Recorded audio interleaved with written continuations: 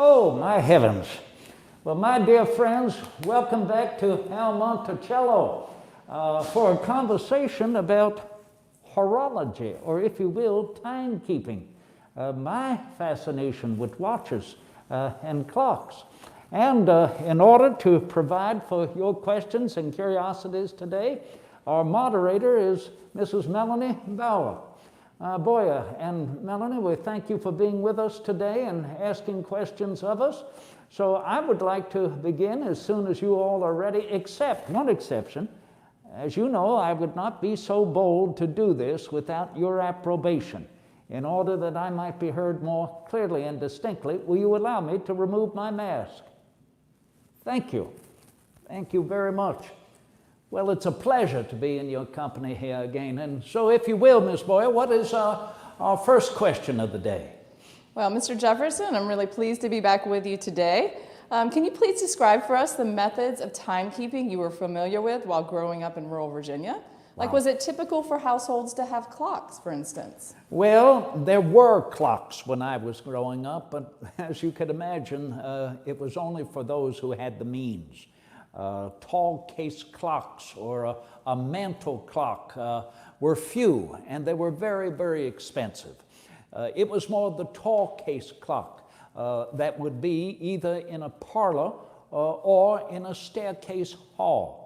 Now, of course, as far as timekeeping, when I was growing up here in the wilderness, well, you had the greatest timekeeper of the universe, at least that universe we know, the sun. So the sun was that timepiece by which we judged the day, and then, of course, in the evening, yes, the moon through the majority of the month. So I do recall my father had a pocket watch, a timepiece, of which he was very proud, but again, that was very expensive. He was a man of means, I will dare say. And so as a young boy, I became fascinated with keeping time because of my father's particular timepiece. Your next question. So talking about individual timepieces, who at Monticello might have owned them? Well, I'm happy to say that when I moved up to the mountain, I had yet a very fine timepiece, but it was a timepiece, if you will, a pocket watch that was rather cumbersome. I said I had yet to have a fine one. I will show you pretty much what it is that I did have as a young boy. This was the pocket watch of my youth. A rather cumbersome piece. You will notice it is within a case. And then to think how cumbersome this is to wind and set, because you simply open this, the face of it, you have a key that turns, if you will, the hands, and then you also open the back, and you have another key that winds the clock up, the watch up. Now, the case was a protective device, and as you see, it has a watch paper within. The paper, of course, is somewhat an advertisement for either the maker of the timepiece or the seller of the timepiece. They might not be one and the same. This particular paper advertises Robert Johnston, a watchmaker, number 132 South 4th Street in Philadelphia. When I think about this timepiece of my youth, I cannot help but recall that when I was a young boy, 19 years of age, it was Christmastide, 1762. I was making my way back home from Williamsburg, and I was staying at Fairfields, the plantation of my sister and brother-in-law, Mary and John Bowling. Well, I had gone to bed and took my timepiece to place upon a table. And when I awoke, not only did I discover during the evening that the rats had eaten my silk stockings, but that my timepiece was placed directly under a leak in the ceiling.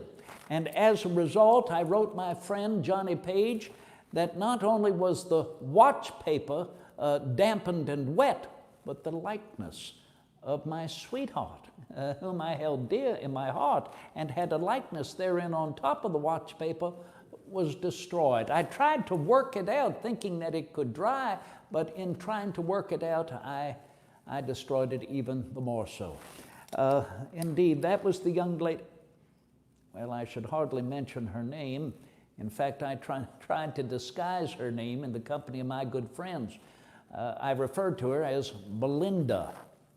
That was essentially her name backwards. Her name was Rebecca Burrell. And when many have cited Fairfields, well, that was the plantation in Gloucester of the Burrell family. Although when I was a young man, she was an orphan child and lived with relatives of hers in Yorktown. So the Fairfields, where I was staying, as I mentioned, was that of my brother-in-law. I beg your pardon, that's somewhat a non sequitur for our discussion here today. Your next question, Melanie. Well, we have one from Cynthia, who asked if your interest in orology has to do with your friend and mentor, William Small. Is that not an interesting question? William Small was my teacher at the Old Royal College of William and Mary. I'm glad that you bring up his name. My heavens. He was such an influence in my life. He held the chair of mathematics and natural philosophy at the Old Royal College, and I have written of him many times. He had a tripartite character that I consider essential for the qualifications of a good teacher. He had gentlemanly and correct manners. What is more important for a young boy or a young child? To learn growing up with good manners. He had an enlarged mind, and there you have the influence of a good teacher to open the mind. And then finally, he had a happy talent for communication.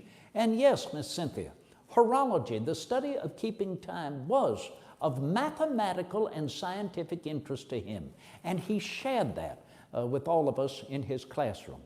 So if my father had but a primitive timepiece, and I myself, as I showed you, to have a decent watch, but certainly not fanciful, well, Dr. Small certainly added to that curiosity and the interest of keeping time, particularly solar time, and a discussion, if you will, of calendars and how they are wont to change. That may be an answer in an upcoming question. But thank you for your reminding me of the influence of Dr. William Small. I have written perhaps more than any other. He fixed the destinies of my life. Our next question. So when you journeyed to France in 1784, how did your knowledge and interest in clocks expand? Well, in my opinion, I think the French were foremost in devising the finest timepieces, not only watches, but clocks as well.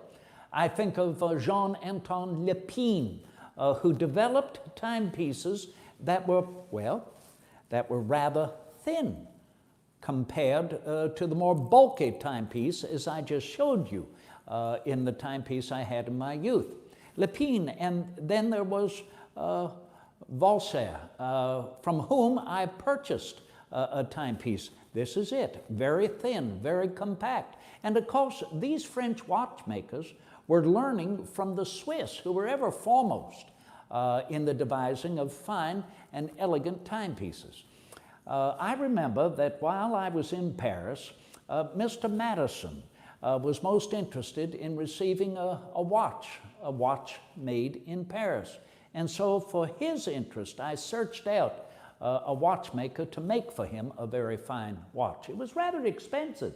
It cost well over 600 louis, but I was happy to have it made for him and to send it back to him by way of the Count de Moustier when he sailed back to our nation. And coincidentally, the gentleman who succeeded me as Minister Plenipotentiary of our nation there at the court of Louis XVI was William, I cannot remember his name, Gouverneur Morris. William, I was going to think of William Carmichael. No, it was Gouverneur Morris. And do you know that President Washington asked of Mr. Morris if he might search through a fine timepiece for him. And so it was that Gouverneur Morris was able to have made by Lépine, the French clockmaker I mentioned earlier, to have made a very fine and thin Lépine watch for President Washington. I remember the president wearing that frequently. He was very proud of it. So yes, my interest in both timepieces and clocks was the more heightened during my 5 years in France. In fact, I believe amongst the 86 crates of furniture and books and tapestries and art that I brought back to my country, 4 clocks that I had procured in Paris. Great. Well, returning back to Monticello, we did have a question from Amy wanting to know if you have a clock in each room here at Monticello. Well, I do, Amy. I do have a clock in nearly each room. That would be somewhat too fanciful to have one in all of the rooms of the household, meaning above stairs, let alone below stairs. But I consider my great clock, one which I referred to as a chateau clock, to be the great regulator of all of the clocks in the entire household. And it ought to be, because every hour the great gong is wont to sound off, which you could hear all through near to Charlottesville. So with the great clock, I am able to keep the others in appropriate and precise time. Now, in my own bedchamber, I have a clock. In fact, it is right here. Where was it behind me? Here it is. This, if you will, is the clock that I designed myself. And it is designed from a clock that I had purchased in Paris that I had on the chimney, or the mantle, if you will, of my study at the Hotel de Langeac. However, while I was preparing to crate all of my furniture to leave and come home to our nation, that clock was stolen. Oh, I was heartbroken. And so as soon as I arrived back in our nation, I wrote to my secretary, Mr. William Short, to seek creating another mantle clock very similar to the one that I had, which was stolen. Now, the one which was stolen had 2 conical, well, I should not call them obelisks. They were conical. They were round and tapered up to the top, and they were capped with gilded caps. But my design that I sent over to Mr. Short was, as you see, 2 obelisks holding time. And of course, as we all know, obelisks from the time of the ancient Egyptians signify man's eternal effort to reach for the stars.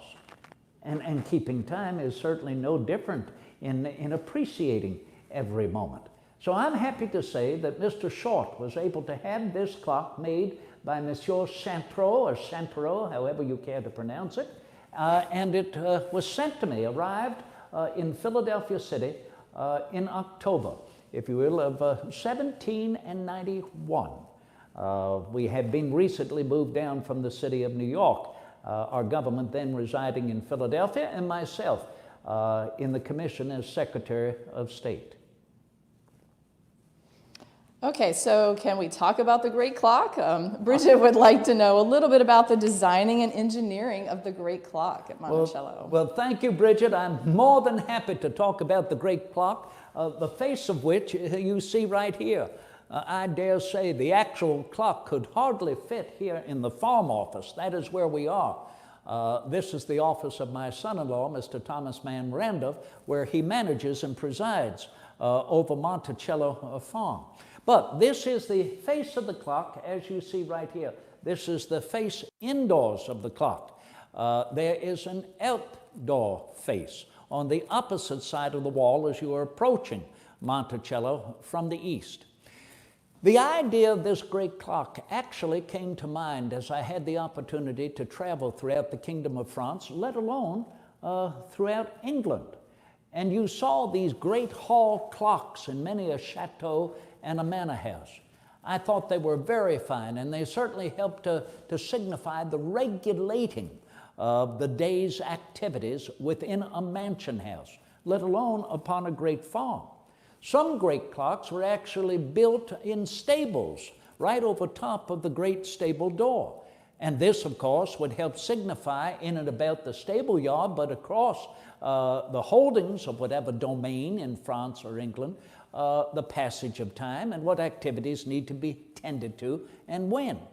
So when I was in Philadelphia as Secretary of State, and this was just before the yellow fever spread its vermin all throughout that city, I was living on the banks of the Schuylkill River, on the east bank. In fact, it was across from the Bartram's garden. I was living in a very lovely house owned by a merchant in Philadelphia by the name of Moses Cox.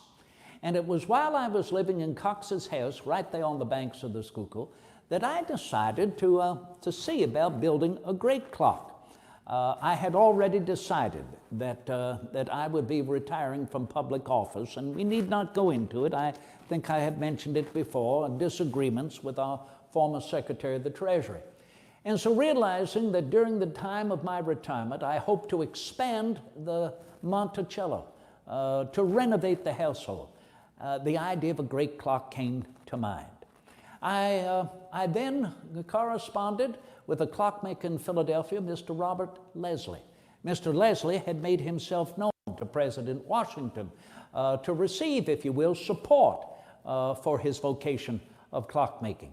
And so Mr. Leslie decided then to fulfill my design for a great clock, although lamentably, he also decided that he wanted to go live in England. Mr. Leslie was a Marylander. He was an orphan at a young age. He hardly could apprentice himself to any clockmakers, and it was President Washington who afforded him that opportunity to begin his craft in Philadelphia. But Mr. Leslie still wished to learn as an apprentice under a most accomplished clockmaker. And so he went to England, and he left the construction of my great clock in the hands of a young man by the name of Peter Spurk, S-P-U-R-K. There have been various spellings of his name. Well, when Mr. Spurk completed his work, and I brought it into my house there on the banks of the Schuylkill, I realized that, well, I beg your pardon, but I realized that his work was rather bungling. And I was very, very sorrowful for this. But I tried as best as I could to correct it. And particularly with the idea that it would be in the hall of Monticello, a method by which the pendulum would be at such a length that we could then ascertain, if you will, how high the clock should be and how heavy the weights ought to be to provide not only the alarm, that is the hour, the gong, but also the going of the clock, the ticking of the clock.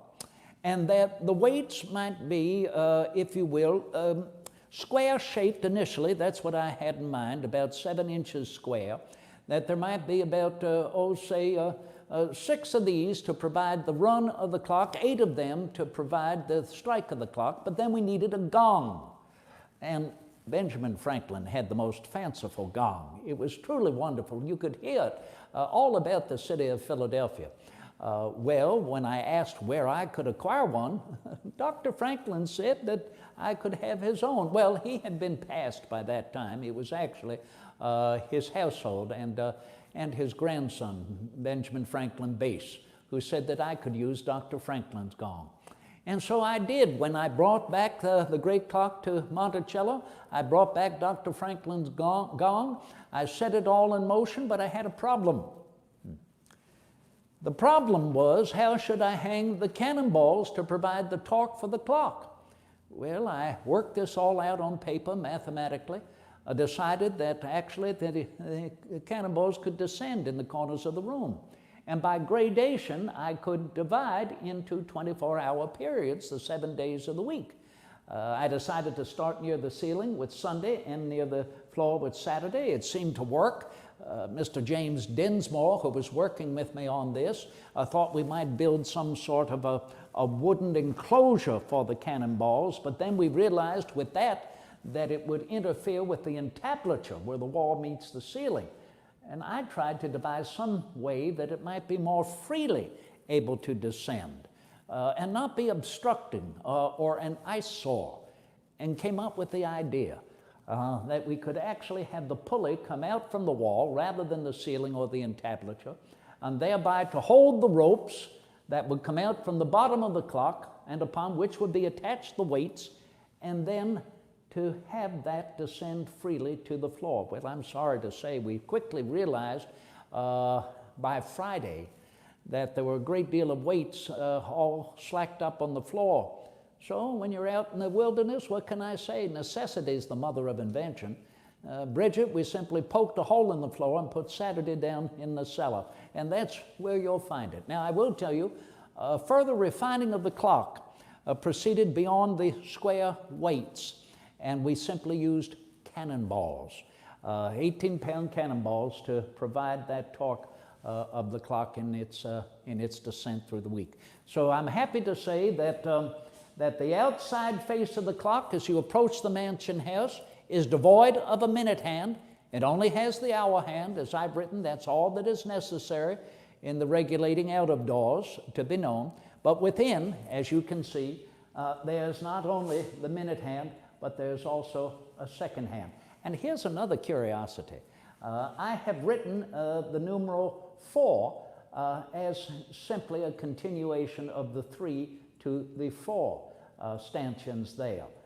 That is what the ancient Romans did. As you know, I've always thought myself rather an antique Roman, so there need not be the subtraction of a 5 for that Roman numeral of 4. And that is perhaps far more than you might have counted upon as an answer for your simple question.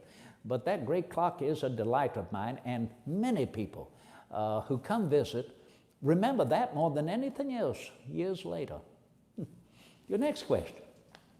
So to tie in with that a little bit, Scott also wanted to know about the enslaved people at Monticello. Do they use timekeeping devices, or how many hours do they work a day? How do we track the work of the enslaved people that are working at Monticello? Well, thank you, Scott. Yes, and this is very important as we've been talking about the great clock, because the gong that sounds, if you will, the hours, it is said can be heard for more than 6 miles here in the area of Charlottesville. So this is a signal to all on our various farms, not only here at Monticello, but at Tufton, of course, and at Pantops, at Shadwell Farm, at Lego Farm, to understand the activities that can commence or ought to be completed by certain hours and certain times.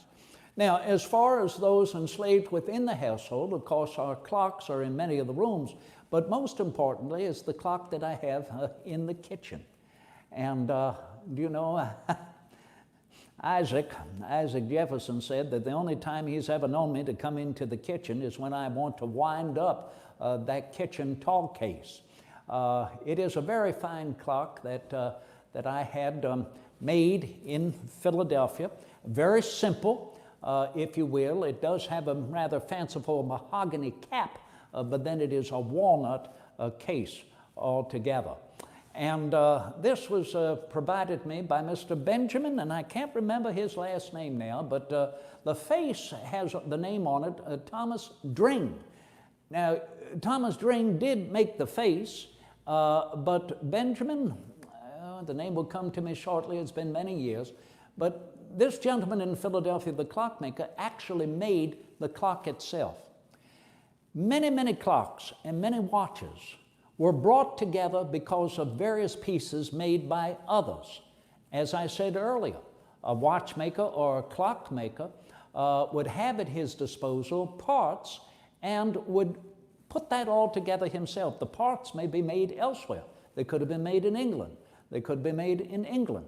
So the particular kitchen clock that I have, which is an 8-day clock, is something that is an amalgam put together by various individuals for that one clock. And that provides, if you will, the regulation of the kitchen and the recognition of what foods ought to begin to be in preparation at this time, when we should begin to prepare for dinner, or later a light sup, or when breakfast might commence at the beginning of the day. So I can tell you that the great clock and that kitchen clock have served those enslaved here at Monticello as we use them also indoors. Your next question.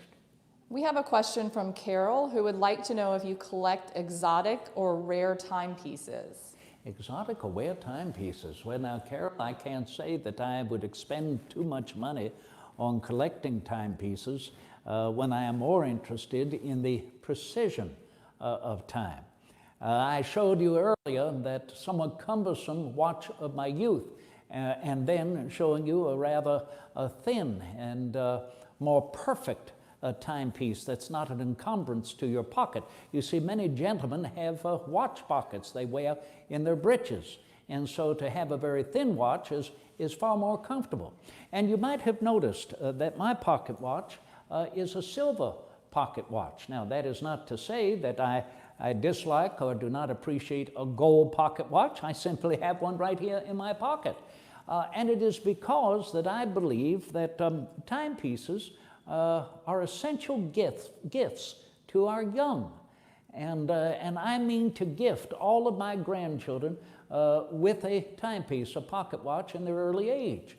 I think my granddaughters ought to have one by the time they're at least 12, 16 years of age, and my grandsons to have one by the time they're at least 21 years. But if it is to give them a fine gold watch or a watch more precise and efficient in its timing, though it be silver, I would prefer the silver watch over the gold watch.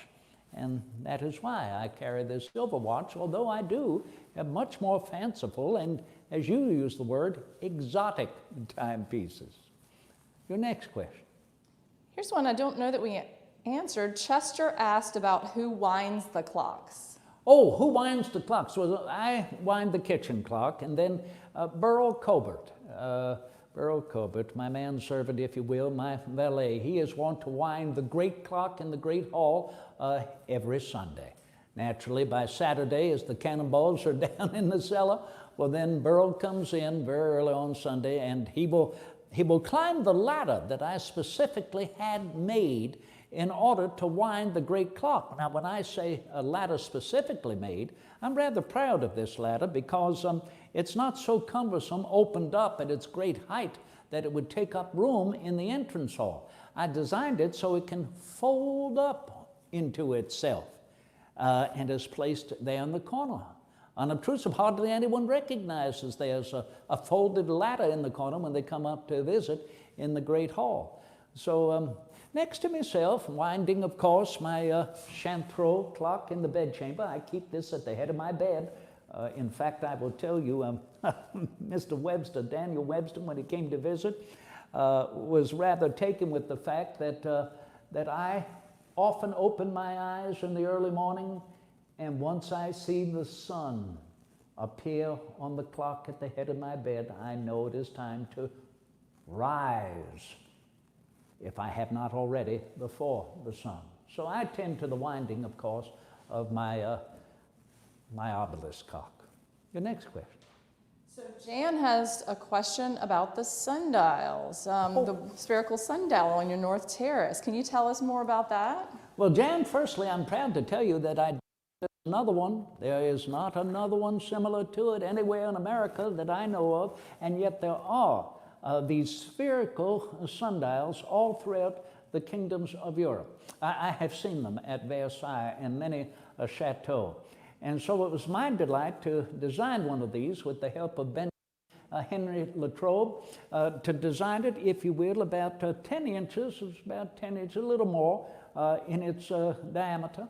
And then, of course, to have on it horizontally the Tropic of Cancer, and then the equator, and then the Tropic of Capricorn, and then to have intersecting, if you will, vertically, the hours at particular distance.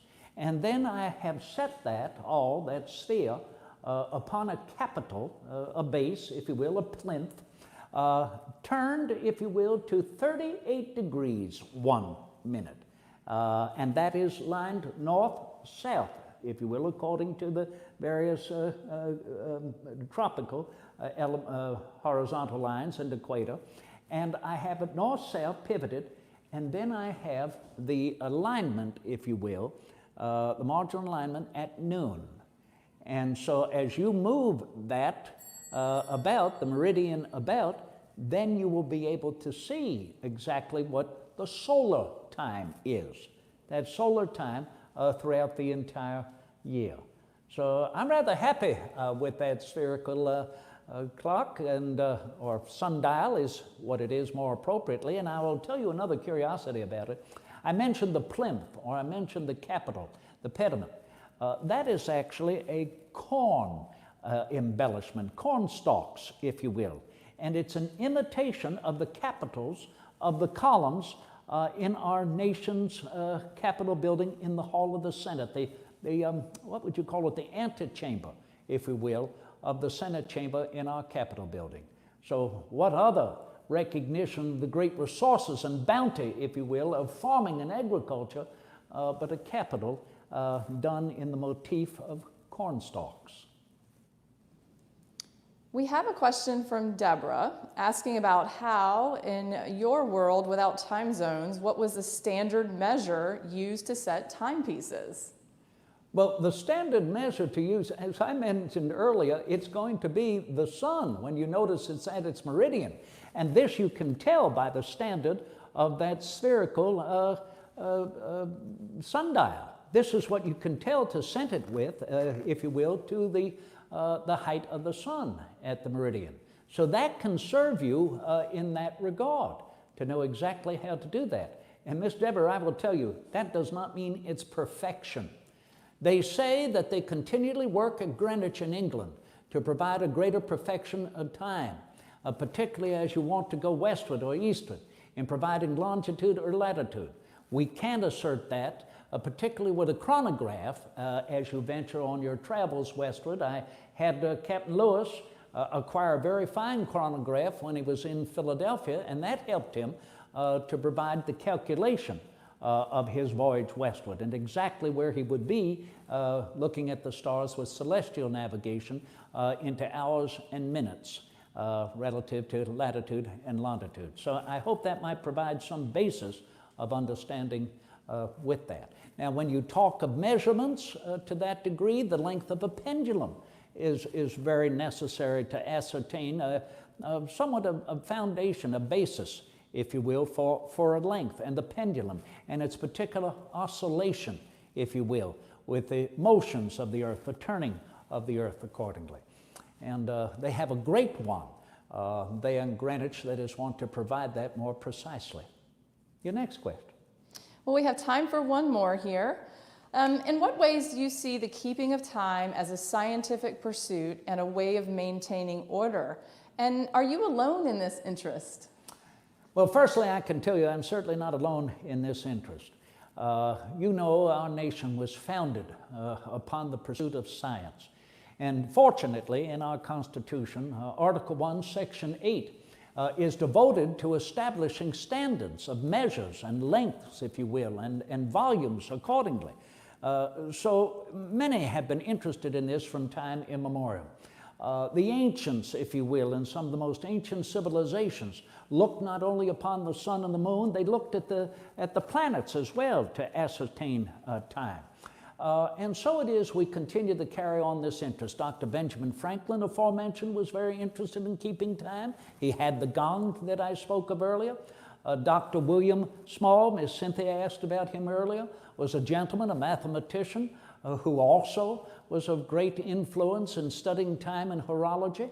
And I think when you wonder, well, why does man have this curiosity about time? Well, did not the Romans say it best? Tempus fugit. Time flies. Thereby, carpe diem. Seize the day. So I would ask you, Miss Deborah, when time passes you by, can you get it back? I consider it man's most precious commodity, time, how we can best utilize it. You know, Miss Deborah, I was born on April the 2nd, 1743 OS. Do you think there may be a time when people will forget what OS means? Well, none of us certainly do.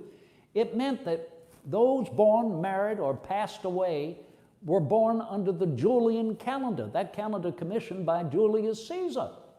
Well, that was the calendar used for centuries, if not millennia, until finally Pope Gregory the 13th in the 16th century realized that we had better methods, more precise mathematics and astronomy to calculate a solar year. And so thereby, he devised what we call the Gregorian calendar, which made up for 11 days that it was believed lost in the Julian calendar. And he also moved the beginning of the year from the vernal equinox, which does make sense at the resuscitation of life in the spring. Pope Gregory moved it to the darkest days of the year, during the winter solstice. And you can understand, because this would be near what was ascertained as the birth of Jesus. And therefore, during the darkest days, to have that hope of more accruing light as the days and months would proceed. Well, all of the kingdoms of Europe adopted the Gregorian calendar. France and Spain, the Italies, the Germanys, but England refused. She remained staunchly Protestant until 1752.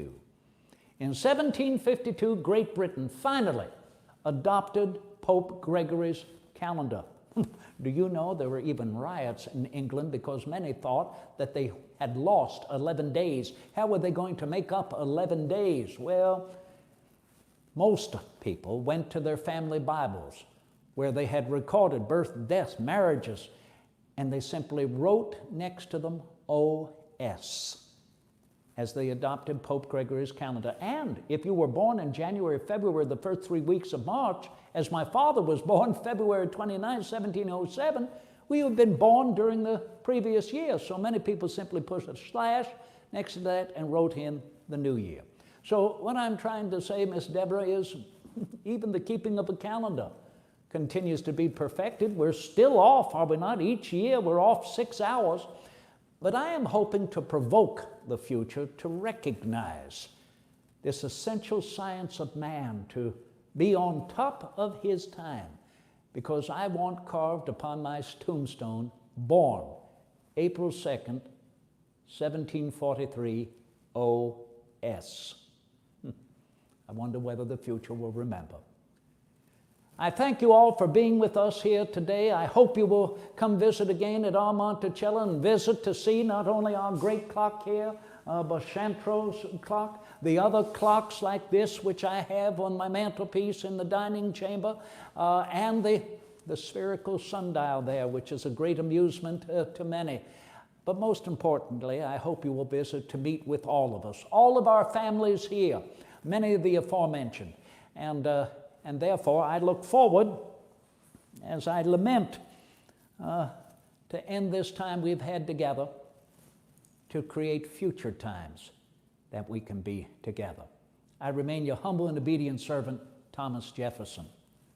Carpe diem. Thank you, Ms. Boyer, for being with us this day, and thank all of you.